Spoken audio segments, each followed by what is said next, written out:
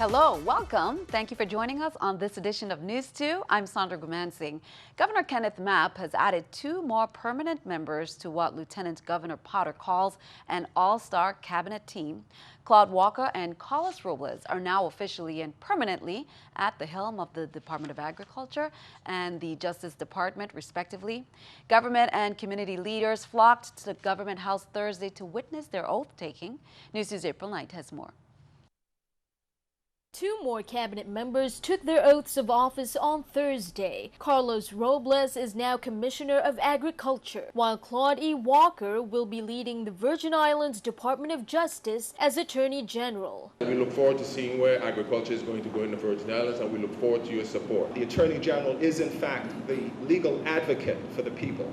So if we made a list of the top 5 problems that the Virgin Islands is facing, that Virgin Islanders are facing, the Attorney General should be in the middle of those problems, using local laws to correct them. Robles' confirmation came after a year of controversy surrounding salary raises for cabinet members. Walker, meanwhile, was the 4th person to perform in the capacity of Attorney General within the first year of the new administration. And that's after the first appointee, Soraya Diasi-Kofelt, accused the Mapp-Potter administration of corruption. In spite of having just been sworn in, both cabinet members have already dealt with some extreme challenges and made some notable accomplishments in their areas while awaiting confirmation. We can already declare victory in a number of areas. We don't have to wait. We know that we have been successful already. Walker was at the front line of multiple high-profile arrests in the past year, including that of former Governor John D. Young. He also launched Operation Support Our Children, which cracks down on parents neglecting their child support obligations. Robles, meanwhile, helped steer the territory's farmers through the summer of 2015, regarded as one of the worst droughts in VI history. Robles and Walker both said they're looking forward to helping the territory advance. Sometime before we leave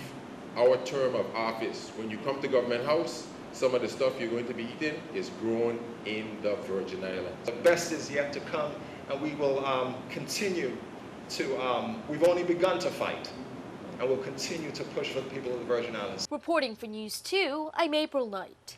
Agriculture Commissioner Robles was attended to by his mother during the oath-taking and Attorney General Walker by his wife, Amber. Congratulations.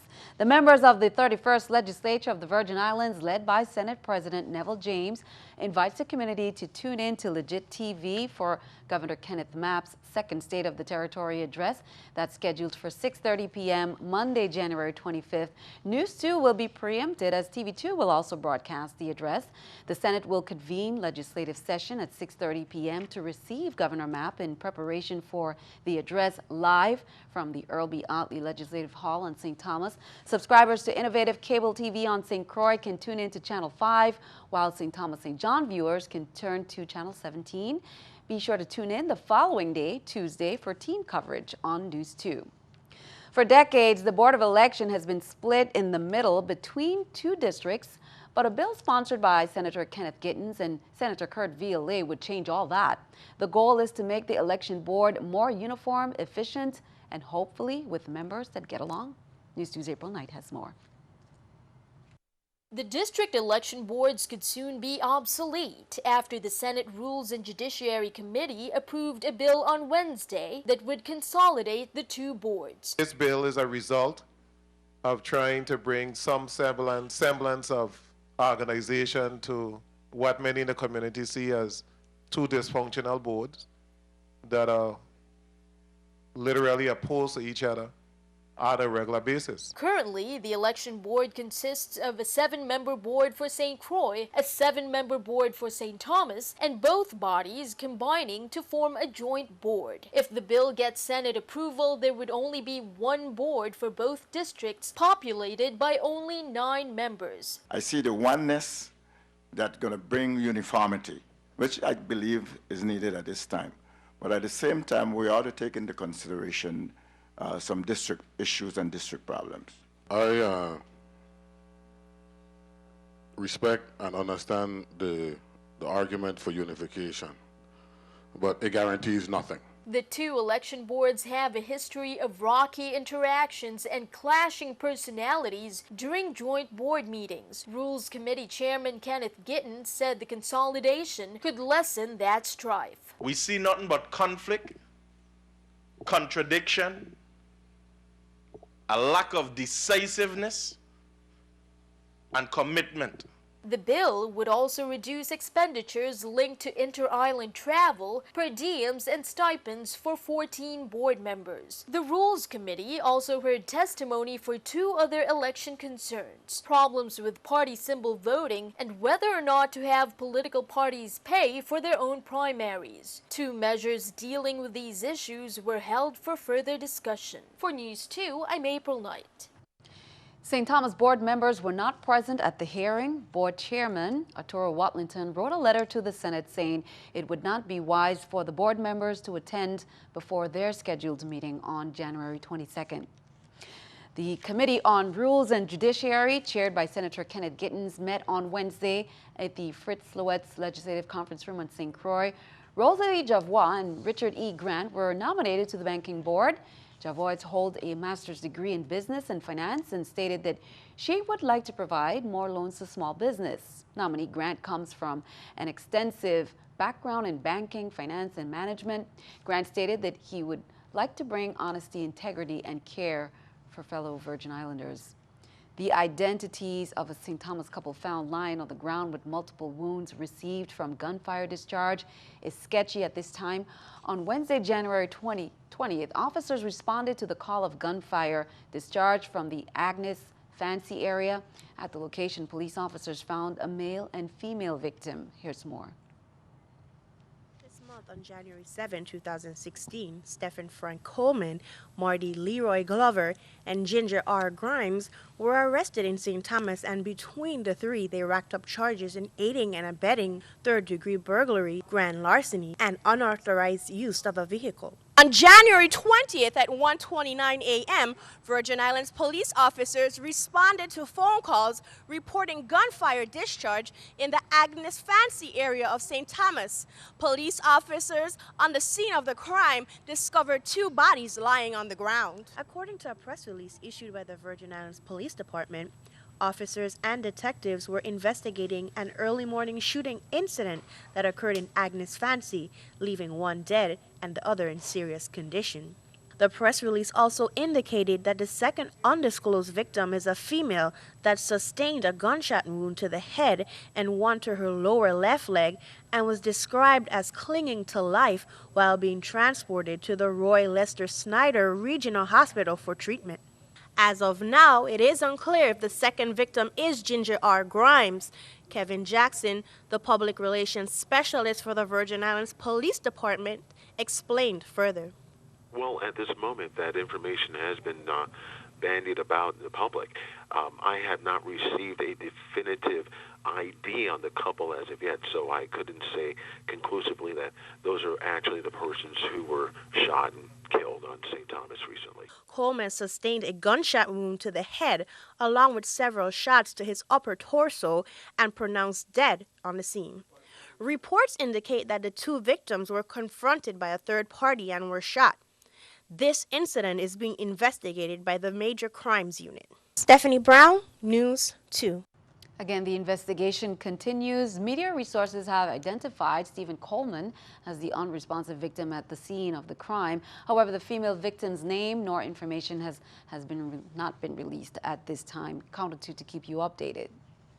In other news, turning our attention overseas, millions of people are in the path of a huge winter storm that forecasters say could be record-breaking. Meteorologists say some areas around Washington, D.C. could end up buried under 2 feet of snow. Diane Gallagher has a look at how people in the nation's capital and along the East Coast are preparing. From the north, it is crucial for people to stay off the streets. To the south. Winter has finally arrived in North Carolina. Millions are preparing for a wicked winter weekend. In Washington, D.C., it was chaos before the storm. Less than an inch of snow turned highways into parking lots Wednesday. We don't know for how long it will take. 1 hour, 2 hours, 5 hours, 6 hours. Even the commander-in-chief couldn't escape the D.C. disaster. His presidential motorcade stuck in the snow with everybody else. I would have hoped that they would have anticipated this a little better and treated the roads. The city admitting this morning it messed up. We are very sorry for inadequate response. Mayor Muriel Bowser says despite the failure overnight, her city will be ready for the big one this weekend. We will treat this event as a Homeland Security and Emergency Management event in the District of Columbia. The nation's capital is expected to get the worst of it. A staggering 30 inches of snow is possible. Virginia has a National Guard on standby, and Maryland is bracing for the worst. We anticipate the heavy, wet snow could result in downed trees and disrupted power lines, with the potential for considerable power outages. But the reach of this storm is massive. Tens of millions of people from the southeast New England could be spending the weekend snowed in. In Washington, I'm Diane Gallagher reporting. And keeping our eye on the economy, on his first official visit to the Commonwealth, the Treasury Secretary Jacob J. Lew said the financial crisis on the island of Puerto Rico was deepening, and he urged Congress to act quickly to give the government the power it needs to restructure all of its debt. Mr. Lew met with Governor Alejandro Garcia Padilla and senior Puerto Rican legislators, as well as leaders from business, labor, and civic groups. He said he believed there was still time to restore growth on the island, but the longer the process took, the harder it would be. He spoke as Puerto Rican lawmakers were pondering whether to authorize a separate restructuring plan for about $9 billion worth of debt on the books of the island's big troubled public utility, the Puerto Rico Electric Power Authority.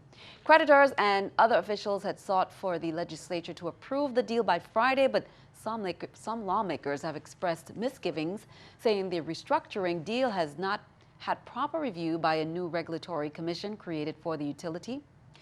Let's take a look at the New York Stock Exchange with our Stock Market Watch. Taking a look at the numbers there, everything up. The Dow 150, NASDAQ up, S&P 500 also up at 9. Coming up on News 2, the annual Crew Debarkers Parade along the Christiansted Boardwalk will have some highlights. Over 40 canine contestants and their owners strutted their paws and wagged their tails to this year's theme, Arabian Nights.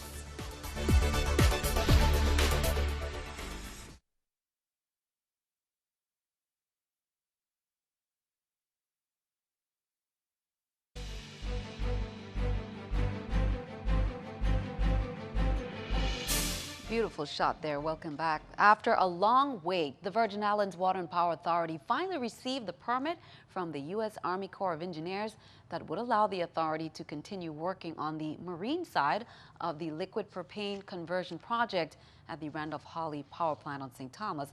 The permit allows WAPA to improve, enhance, and convert the existing fuel pair at the Harley plant and offshore vessel mooring in order to use LPG as the primary source of fuel. Anticipating that some deadlines are met, officials say that WAPA will begin utilizing LPG as a primary fuel source in April. Meanwhile, on its first board meeting of 2016, the governing board of the Virgin Islands Water and Power Authority reported that in executive session, a motion by board members to approve a 4-year extension of WAPA's executive director Hugo Hodges' employment contract failed on a tied vote. Also in that meeting, the board approved a $260,000 contract with VI Paving. That's for the completion of the waterline rehabilitation in Christiansted. Hugo Hodge said the authority had received a grant from the EPA to complete that project. The board also approved payment of submerged land fees for property occupied by WAPA on St. Croix. The payment in the amount of about $317,000 to the Department of Planning and Natural Resources will allow WAPA to continue conducting business on the submerged lands located at number 31 Estate Penitentiary. Well, some schools were dismissed early, as we reported. The Virgin Islands Department of Education's Office of the Insular Superintendent, St. Thomas St. John District, notified parents of the plans for early dismissals of all public schools earlier this week. Dismissals took place 3 hours before normal release times and were necessary to accommodate monthly job-embedded professional development for teachers. School will resume at normal times on Friday, January 22nd. School was in session on Thursday following an early dismissal on Wednesday, January 20th at Eulalie Rivera Elementary School in Grove Place. Students were released at approximately 10:30 a.m. Wednesday, resulting from a report of a gas odor in the school's kitchen by kitchen workers. There were no students in or near the school's cafeteria when the odor was detected. The fire department arrived on the campus and located the source of the odor coming from a damaged gas line. After students had safely evacuated the campus, crews were called in to repair the damaged line and completed repairs on Wednesday afternoon. The Virgin Islands Department of Education's St. Thomas St. John Office of the Insular Superintendent has partnered with the Virgin Islands Department of Sports, Parks and Recreation for the Fathers Are Role Models initiative, also known as FARM. Now it's in infancy stages. FARM School Involvement Club, exclusively for fathers and father figures of school-aged children whose mission is to improve student attendance and to tackle challenges some men face in participating in their children's personal and educational development. They held their inaugural chapter meeting at the Ulla F. Mulla Elementary School on Saturday, January 16th, with about 20 men attending that session. Founded by Derek Heiliger, FARM is headed by Heiliger and Vince Roberts, both of the Department of Sports, Parks, Recreation, along with Department of Education's Jerry Ford. The second meeting is scheduled for Saturday, January 23rd at 9 a.m. in the school's cafeteria. Meanwhile, the students have been preparing to take the stage, and a dress rehearsal was held earlier today. Ulla Mulla School will be presenting a musical entitled My Plate of Food musical guide. Professional Broadway dancers and acrobats from New York, Helen Butleroff and Lee and Romel Rowe, will be joining the students on stage for a high-energy original production to spread a message about healthy nutrition and fitness. That's Friday, January 22nd, 6 p.m. at the Gladys Abraham School. The event is free and open to the public. While the popular saying goes, rain don't stop the carnival, well, this past Saturday, rain did not stop the annual Cruda Barcos parade along the Christiansted Boardwalk. Over 40 canine contestants and their owners strutted their paws and wagged their tails to this year's theme, Arabian Nights. German Shepherds, Chihuahuas, and everything in between. They wore some creative and colorful costumes, including veils, hats, and even a magic carpet. Best in Show went to Tesla, who transformed from a dog to a two-humped camel. The Baird team, USA Baird and Mustache competition followed afterwards with 8 contestants with a special flair for facial hair. Prizes were awarded for Best Coverage, Best Dressed, and Best Bifold Beard.